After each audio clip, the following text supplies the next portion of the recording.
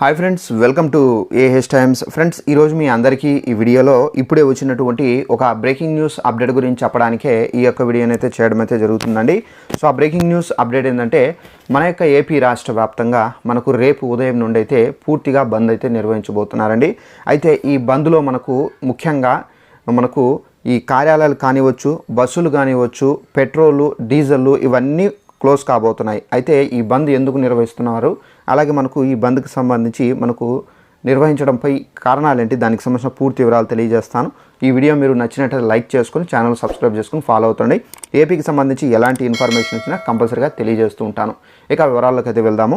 ఇక్కడ ఇప్పుడిప్పుడే నోటిఫికేషన్ కూడా అయితే వచ్చిందండి. అయితే మన యొక్క ఏపీ రాష్ట్ర వ్యాప్తంగా రేపటి నుండి బంద్ అయితే నిర్వహించబోతున్నారు. అయితే ఈ బంద్ నిర్వహించమని చెప్పి స్వయంగా ప్రభుత్వం అయితే చెబుతున్నారు. అలాగే ఎన్నికల కమిషన్ కూడా అయితే ప్రభుత్వానికి ఆదేశాలు అయితే జారీ చేశారు. ఇక్కడ చూసుకున్నట్లయితే ఎన్నికల గొడవల తర్వాత ఏపీ ప్రభుత్వం సంచలన నిర్ణయం, ఇకపై నిషేధం. సో ఇక్కడ చూసుకున్నట్లయితే ఆంధ్రప్రదేశ్లో కొన్ని ప్రాంతాల్లో ఎన్నికలు అంటే ఏపీ ఎన్నికలు తర్వాత జరిగినటువంటి ఇన్ని కావండి. ముఖ్యంగా తిరుపతి నగరం కావచ్చు, అనంతపురము, పల్నాడు జిల్లాల్లో శాంతి భద్రతలు అయితే అదుపు తప్పాయి. అలాగే దీంతో వైసీపీ టీడీపీ కార్యకర్తల మధ్య పెద్ద ఎత్తున దాడులు అయితే జరిగాయి. సో దాడులు జరిగిన పల్నాడు, అనంతపురము, తిరుపతి జిల్లాల్లో 144 సెక్షన్ పెట్టడంతో ఇప్పుడిప్పుడే పరిస్థితులు చక్కబడుతున్నాయి. అయితే జూన్ 4న వచ్చేసి ఆ తర్వాత కూడా గొడవలు జరిగే అవకాశం అయితే ఉందని చెప్పేసి ఇంటెలిజెన్సీ అయితే అలర్ట్ చేయడంతో ప్రభుత్వం ఆ దిశగా చర్యలు అయితే తీసుకునేందుకు రంగం అయితే సిద్ధం చేసింది. ఈ పరిస్థితుల్లో జగన్ సర్కార్ అయితే సంచలన నిర్ణయం అయితే తీసుకున్నారు. సో సర్కారు వారి వార్నింగ్ ఏంటంటే ఆంధ్రప్రదేశ్లో పెట్రోలు బంకులపై రాష్ట్ర ప్రభుత్వం ఆంక్షలు అయితే విధించింది. అలాగే పెట్రోల్ బంకుల్లో ఖాళీ బాటిళ్ళు, అలాగే క్యాన్లలో పెట్రోలు అమ్మకాలపై కూడా అయితే ప్రభుత్వం నిషేధం అయితే విధించింది. ఖాళీ బాటిల్లో పెట్రోల్ పడితే కనుక బంక్ యాజమాన్యపై క్రిమినల్ కేసులు పెడతామని చెప్పేసి ప్రభుత్వం అయితే హెచ్చరించింది.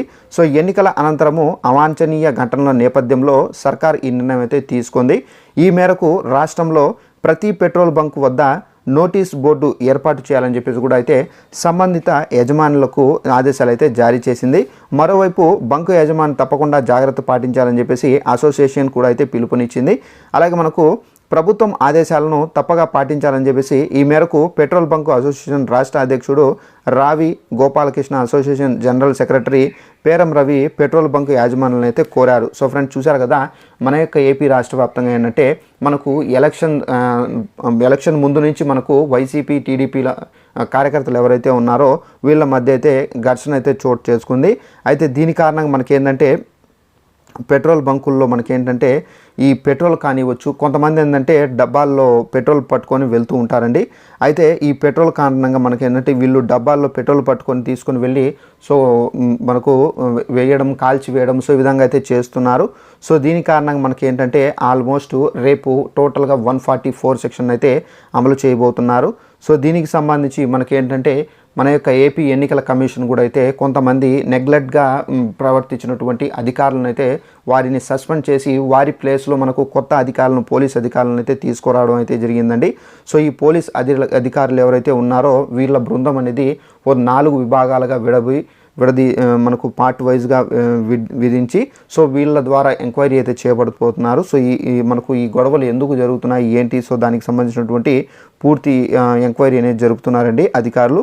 అలాగే ఈ పెట్రోల్ బంకులు ఏవైతే ఉన్నాయో వీటిల్లో ఏంటంటే బాటిల్స్లో ఎవరైతే పెట్రోల్, డీజిల్ అనేది పట్టించుకొని వెళ్తారో అలాంటి వాళ్ళపై ఏంటంటే డైరెక్ట్గా ఎవరైతే పెట్రోల్ యజమానులు అంటే ఓనర్ ఉన్నారో బంకుకు సంబంధించి సో వారిపై టోటల్గా యాక్షన్ అనేది తీసుకుంటారు. వాటికి సంబంధించినటువంటి పెట్రోల్ బంక్ లైసెన్స్ ఏదైతే ఉందో అది టోటల్గా సీజ్ చేయడం అయితే జరుగుతుందండి. సో రేపైతే ఆల్మోస్ట్ 144 సెక్షన్ ద్వారా ఏంటంటే ఈ పల్నాడు జిల్లా కావచ్చు, తిరుపతి జిల్లా, అనంతపురం జిల్లా, సో ఎక్కడైతే గొడవలు స్టార్ట్ అయి ఉన్నాయో ఆ ప్లేసెస్లో ఏంటంటే ఆల్మోస్ట్ ఈ 144 సెక్షన్తో టోటల్గా బంద్ వాతావరణం అనేది నెలకొరిందండి.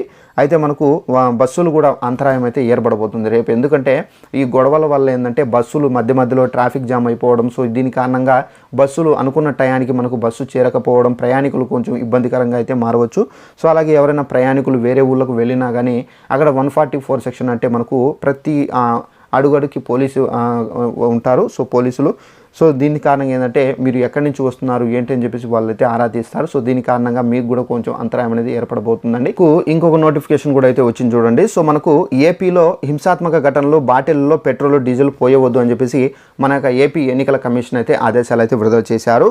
సో మనకు కంటైనర్లు బాటిల్లో పెట్రోల్ డీజిల్ పోయవద్దు అని చెప్పేసి పెట్రోల్ బంక్ నిర్వాహకులకు ఎలక్షన్ కమిషన్ అయితే ఆదేశించింది. ఓట్లు లెక్కింపు పూర్తయ్యే వరకు వాహనాల్లో మాత్రమే ఇంధనం అనేది నింపాలని చెప్పేసి మనకు ఈసీ స్పష్టం అయితే చేసింది. నిబంధనలు ఉల్లంఘిస్తే కనుక ఆయిల్ బంకులు ఏవైతే ఉన్నాయో వాటికి సంబంధించినటువంటి లైసెన్స్ అనేది రద్దు చేస్తామని చెప్పేసి వార్నింగ్ అయితే ఇచ్చింది. ఈ మేరకు అన్ని బంకుల యాజమాన్యాలకు నోటీసులు అయితే పంపింది.